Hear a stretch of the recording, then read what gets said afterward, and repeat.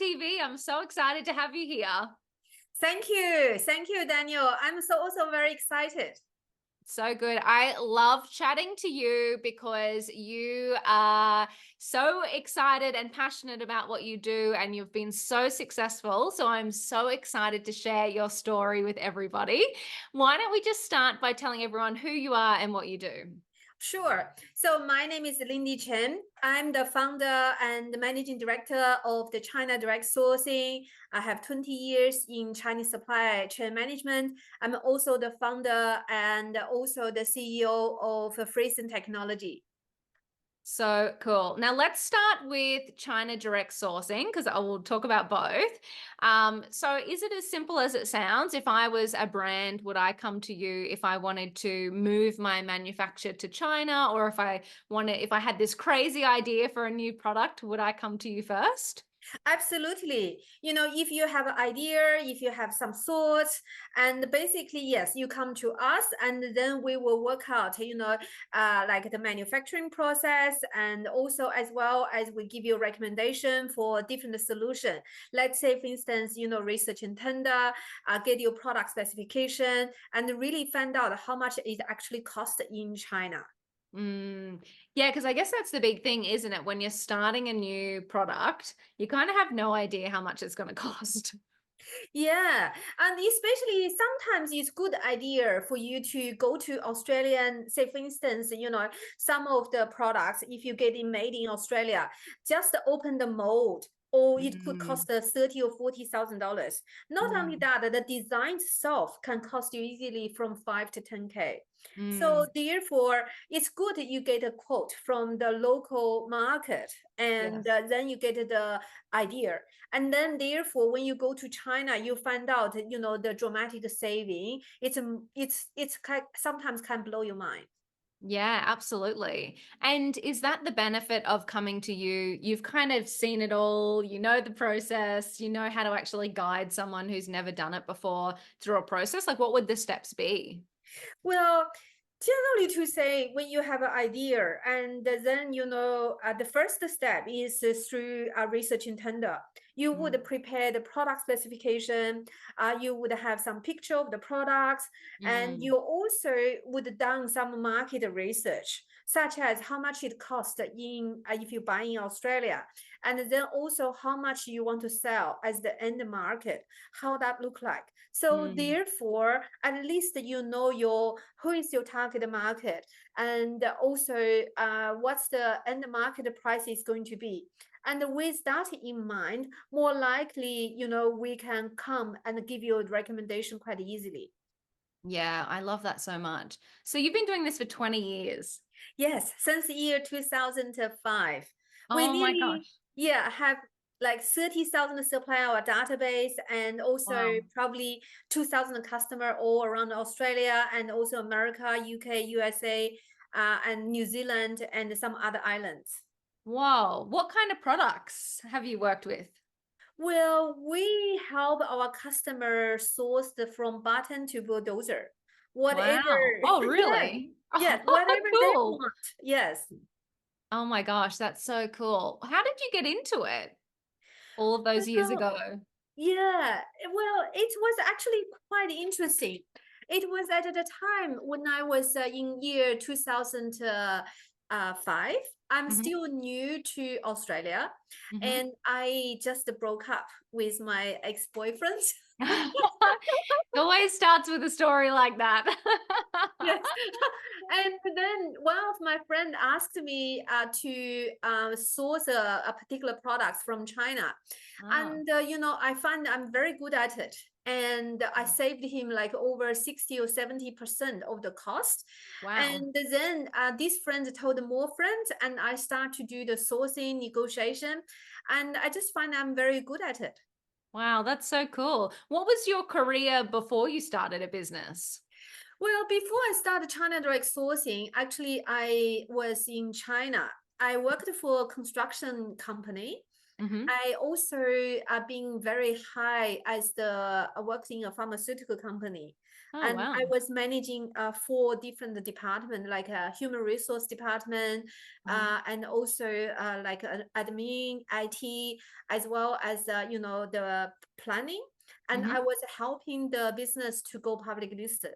Oh, wow. That's huge. Yeah, at that time, and I within 2 years, I helped the company grow from, I think it was over $3 million to Mm. $30 million, 10 times. Whoa, that's insane. Yeah. And a lot of responsibility. Oh yeah, a lot, a lot. Did you find that having that background helped you when you started your own business? Well, absolutely. Work for someone else is a different mentality when you work Mm. for yourself. And especially when I was working for someone else, I never worry about the paycheck because Yeah. the paycheck Oh, I comes to, remember those days. yeah, the paycheck come to my pocket, come to my hand. Doesn't matter whether it's raining, it's thunder, or whether there is difficulty. Okay, Yes. I always have my paycheck in my bank account.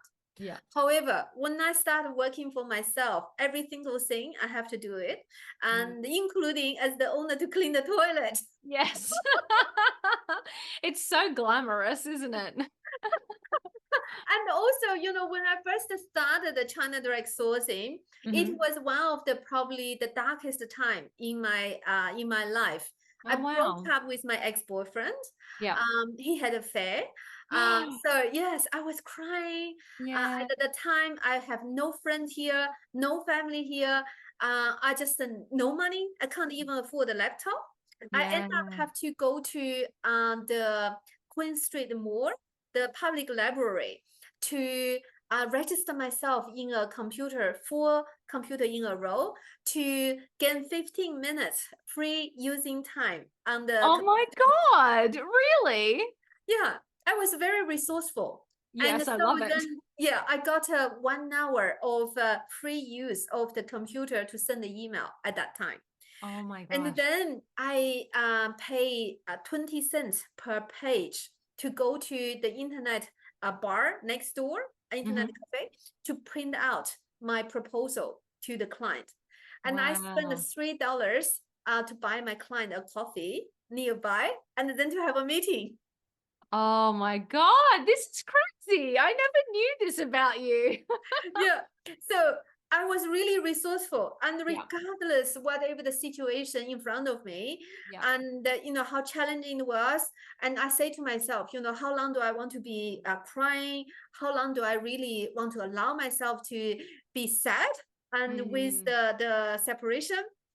So I say to myself, look, enough is enough. I'm going to make it. And then I decide to crack in the business, and I'm going to make more money than he does. Yes. There's nothing like a little bit of rivalry to, spur you on. Yeah, yeah. So Yeah. less than $10 a day, I can manage myself to have Yeah. client meeting, check the email, send in the email, print out the proposal, and secure 1 or 2 customer a day. Oh my God. This is incredible. How did you find customers in the early days? Well, it's through basically partnership. And it's to Yeah. find, who actually have the same target market, and not necessarily just doing everything by yourself. I Mm. was actually walking along the Queen Street Mall, and I was thinking to tell more people about my services, but I knew nobody. I have no money for the marketing. I have no one to talk to. Who should I really talk about? And but one thing I do know is I'm very good at speaking Mandarin. I can teach people Mm. Mandarin, and I can gain from that perspective. So I walk into a school, a language school, and I asked them, I said, how much it cost me to rent a room from them, and I Yeah. want to teach people about the Chinese.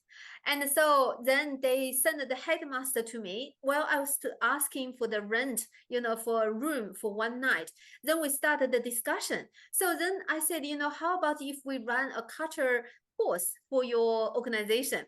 They are very excited. They want to do it. So we formed a partnership. And we run, Wow. the Chinese culture event for their organization. And then it starts from there. And Oh, then I wow. secured probably 6 or 7 customers from the presentation. Oh my God, this is awesome. I love it because it's like, nowadays you look at Instagram and it's all like you've got to do fancy campaigns. It's like, no, like start just reaching out to people and talking to people and creating partnerships. You don't have to have massive marketing budgets in it for it to be all shiny, shiny for it to work. Well, the key thing is always remember what you have and what you can Mm, give to people, what you can mhm. add value to other people. So Yes. whenever I have this kind of conversation, I always look at it from my partner's point of view, what Yes. would be good for them and what Mhm. they can get out of this partnership. So in a way, when I think for other people just, really, they take care of me at the same time. So I felt, that's how partnership really works. And Mm. that's how I started. I love that so much because I feel like you're so right. When you enter into a partnership, you've really got to make sure that it works for both people.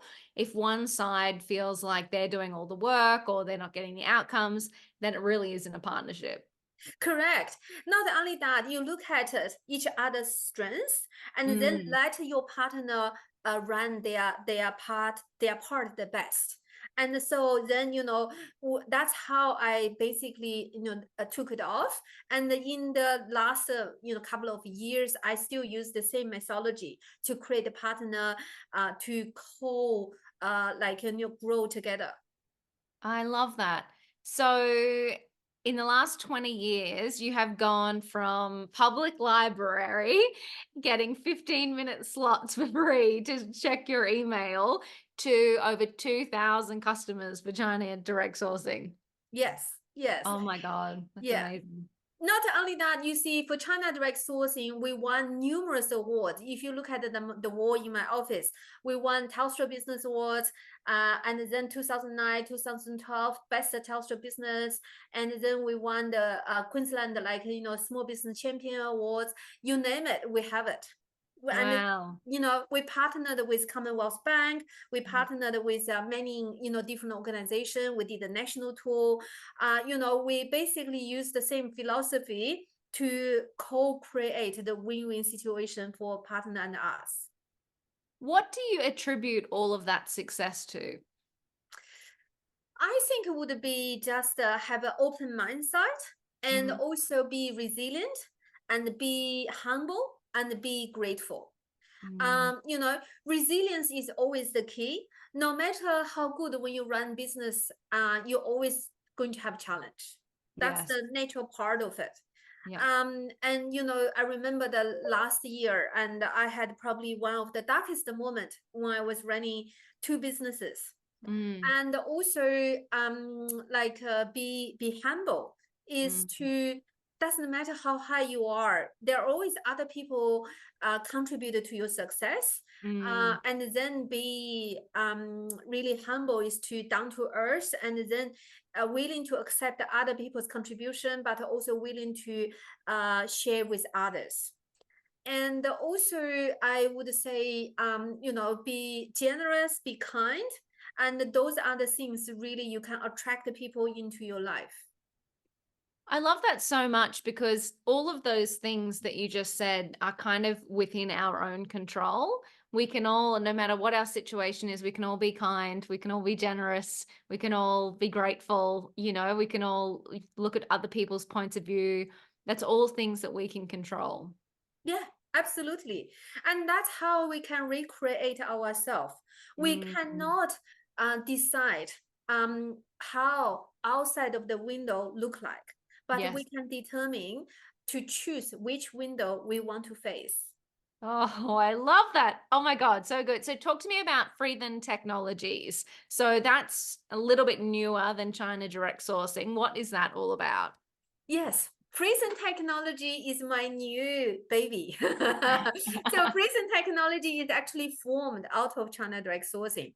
Mm-hmm. So while I was growing China direct sourcing, I love it. I'm passionate, and we have 2,000 customer, all Australian wide. And yet I want to grow it 10 times, 100 Mm-hmm. times. And then I find the limitation because Mm-hmm. China direct sourcing is labor intensive, Yep. and also it need a lot of resources on the human power. And if I want to go worldwide, I couldn't. And Mm. so therefore, I thought about using technology to enhance our process and to do the scale up. So that's how I come up. The Freezing technology is a DIY sourcing platform. We use the Cool. blockchain to empower the whole sourcing process. We verify the supplier. We do the sampling, purchase order negotiation, production and delivery management. And with the proven concept, enable us to move from A to B, from factory to the site, from factory to the warehouse, and then all within the technology. With Freezen, Wow. it's as if you have another mini Lindy Chen sit on your shoulder to guide you every single step. Says, Yes. do this, do that, do this, do that. And so then if you want someone to guide you to do everything, you use China Direct Sourcing. Yep. If you want to do it yourself with some guidance, then you're using Freezing technology. So Mm.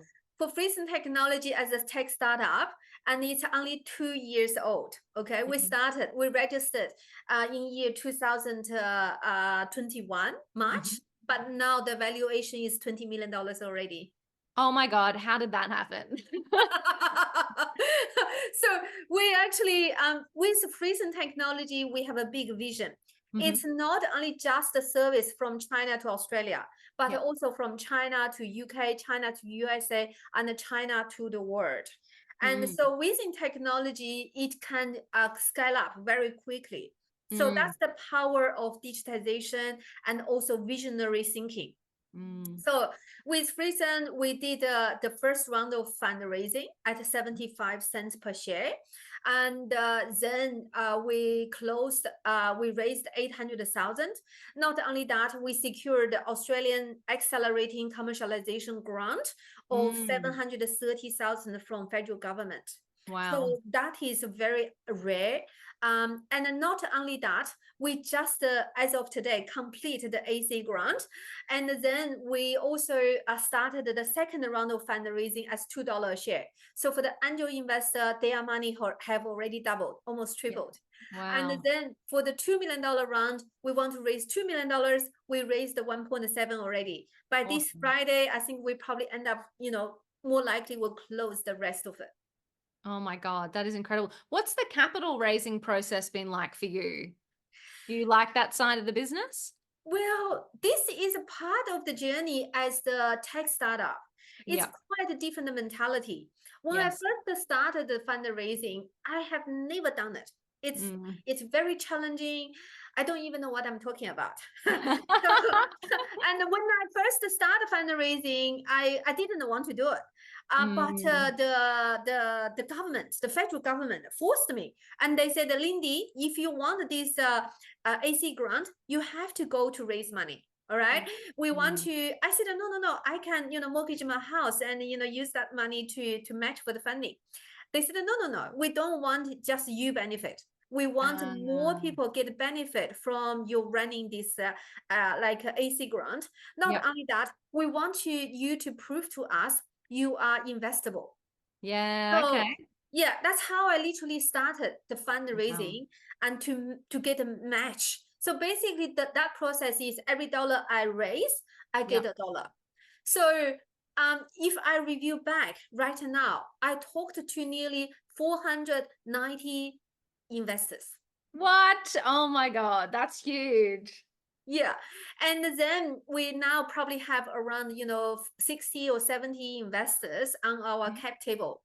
I reckon is every 10 investor, and then I get one say yes. So Yeah. everyone, whoever says no to me, I don't care. I just say, okay, it's one step closer to my next yes. Yes. Oh my God, that is such a good mentality. I feel like that's kind of like a sales mentality.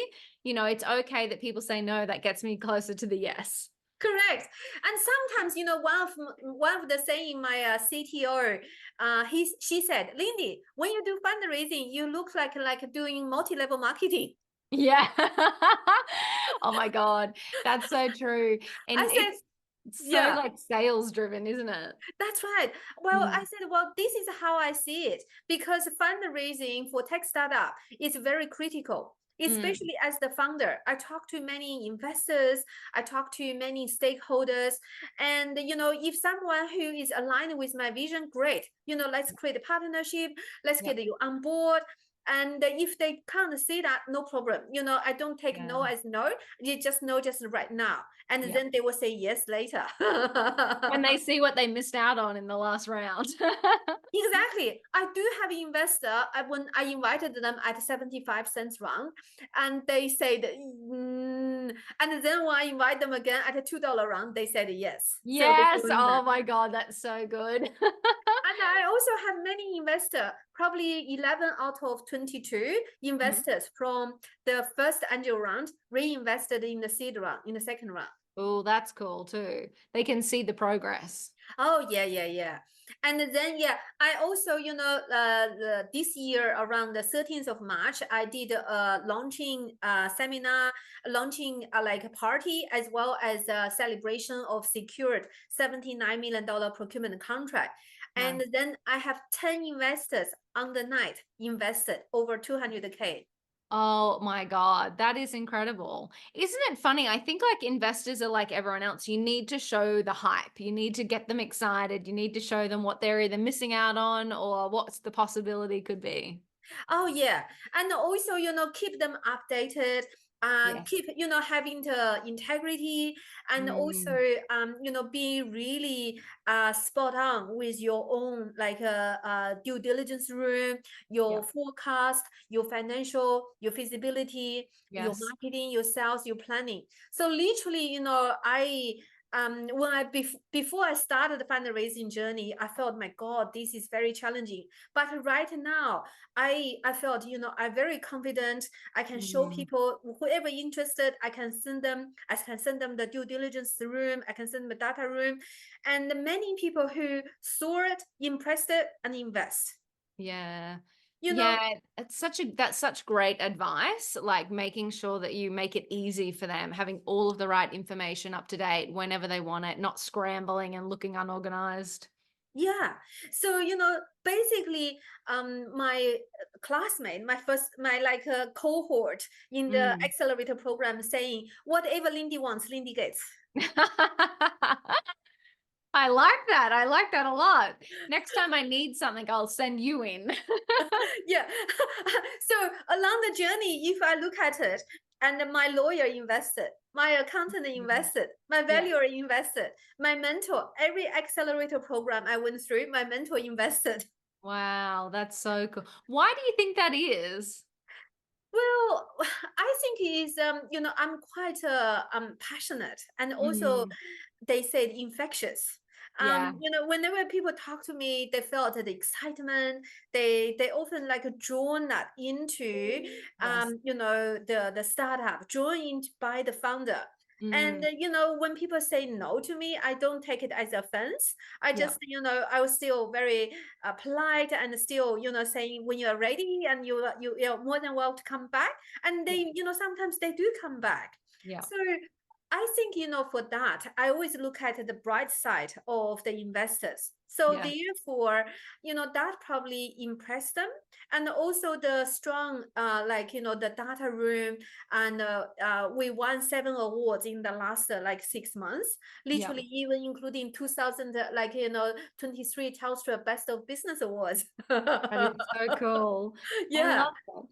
It's so cool because you're so right. Like being a business owner or a startup founder, it's actually really hard, and it takes a lot, it takes a long time, it takes a lot of guts, it takes a lot of resilience. So if you can show people that you're in it and you're excited about it, then I think you're right. That does become a little infectious, doesn't it? Yeah, yeah. Well, people, sometimes they say that they invest 10% on your company, 90% on the founder. Yeah, I agree with that. Yeah, and if they click with the founder and they felt, they have the trust on the founder, they're usually more likely to invest. So, Yep. to a degree, if I look at the angel investor I have my primary school classmates invested. Wow. Even like even like a junior school classmates invested, and high school classmates invested, Wow. university classmates invested. Oh And my gosh. so, and then people who worked with me Mhm. invested, and the people who, as my trainee, invested, and then people who actually, as my assistant, invested, and then the people as my student. I mentored more than 800 different businesses in the Mm. past, like say 20 years for Queensland government and federal government. Many of my mentee invested.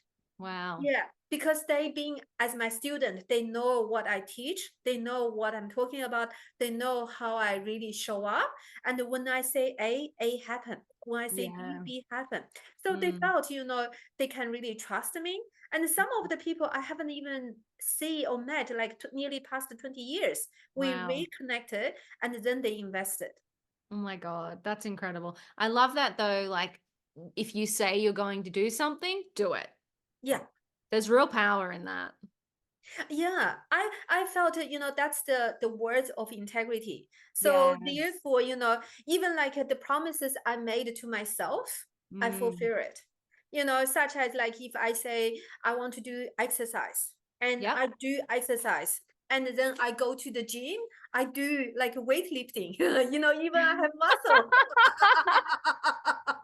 Oh, that's so good. It's true though. Like, if you're not going to keep your own word to yourself, why would you keep it to anybody else? Exactly. I slice it in. One thing I get a really benefit is when I was very young, Hmm. I get access of a book called The Seven Habits of Highly Effective People. Ooh, yes, And I then, have that. I have that yeah, here, but I don't even think I've read it. I love that book so much. I read it 3 times and Hmm. I translated, handwritten the book into Chinese page by page with Wow. 250 pages of that book. Oh my gosh. And then I typed it into the full Chinese transcript. And Wow. then I made a PowerPoint presentation. I trained my team member in China. Oh my God, that's cool. So, What, yeah, yes, I was just about to say, like, so we were talking about integrity. I assume that's one of the seven habits. correct. Is Mm, to understand the importance of the role in your life, and yes. then understand the priority in the life, and Mm, then embed it in the weekly action. And yes. it's called private victory. So I'm really grateful for when I was young and I began given that book, and then I really learned the whole principle and Mm, embedded in my life. mm. So what's the translation when you say it's the day, is it daily action or weekly action? So is it that idea of promising yourself something, or this is the goal that I'm working towards, and like saying, okay, well, every day I'm going to show up and commit to doing something? Yes, it's more of like say, you set up the goal you want, Mhm. the Yeah. role you want in for each of the role, and then you set up a goal you wanted, Yeah. and then with the goal you wanted, then every quarter there is a top 5 priority, and Uh, with top 5 priority and plus your personal victory, you mhm. start to plan your week. And then each time you allocate a session to move that objective forward. Oh, And that's so cool. yeah, say for instance, you can see I have written my top 5 objective in my this quarter. One would be complete a $2 million raise, Hmm. and so far I already done 1.7. So Wow. as you can Yeah. see last night, and that's why I went to a network function, and I met, because I'm also the president of Sandy Bank Chamber of Commerce for 4 years, and I met many friends in Sandy Bank Chamber of Commerce, and I want to invite them to invest. They all said yes. Oh my God, that's so good. Through one dinner, through one Yeah. function, I probably raised another 100K. Yes. So, if they do and put the money in, I only have 200K left. Oh So my this God, is that's so what good. what I say, if this is in my objective, then I will take action and I will Mm, know where to go, how to go. And then Yes. another one is to plan, 5th of February event, which is our celebration event. So for Yes. that, then I start to run sheet, and I Mm, delegate, the design the PPT, design the, who invites what, and the marketing team. Then I delegate marketing team doing this and assistant doing that. And so I check the schedule. And another one is like, say, trip to China and the objective. So then those are my top 5 objectives. Therefore, I break into, I do a little bit each day, and then yes. finally I arrive there.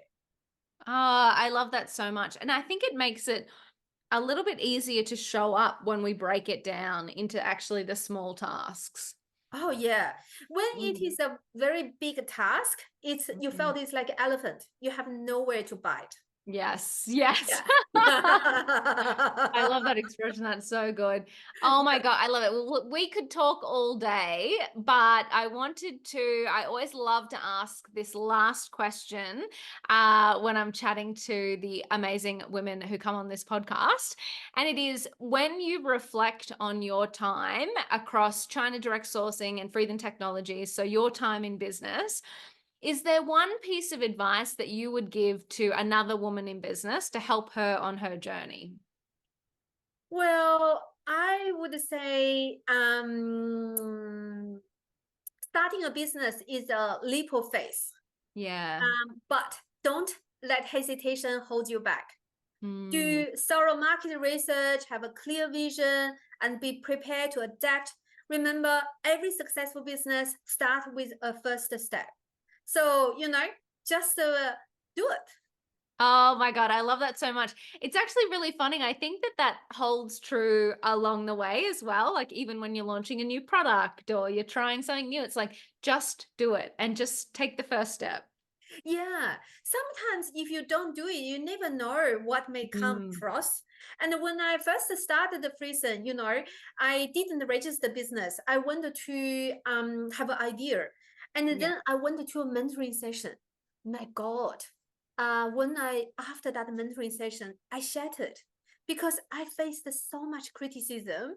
It's Oh, not wow. joking. Yeah, it's not joking. And Wow. then my tears come. Yeah. I regard myself as a very strong-willed person. Hmm. But when that criticism come to me, and I just felt, my gosh, it's so confronting. Mm, However, after I calm down, I say to myself, look, those mentors, they criticize me is not because of they want to criticize me, because yeah. they have a view on certain things. Okay. Yeah. I must sit down, be calm, and learn uh, from their perspective to see what they say. And Yes. then taking that advice on board and really forced me to relook my own presentation. And Mm, then after 3 4 days, yeah. uncomfortableness. And then I finally can start to see from their perspective. So I Mm, changed my pitch. yeah. Wow. That's so good. I love that. Criticism is really interesting. You can let it totally derail you, but also you can use it to make your stuff better. So why not? Yeah, and it's through it is through those challenges I became stronger. I Mm, became more resilient, and allowed me to see and from another people's perspective. yes. So quite often, when I come across those challenges, and then I allow myself to be a little bit sober, Mhm. cry Yes. a little bit. That's okay. Yes, definitely. Sometimes, we got to allow ourselves to be a little bit vulnerable. Yeah. And we're just going to let it out. Just let it out. Yeah, yeah, yeah. Oh, incredible. Lindy, you are so impressive, so inspirational. Thank you so much for sharing your story on the Spark podcast. So grateful to have you here. Thank you very much for the opportunity. I love the community. I love you. I just felt, this is a great safe space to share.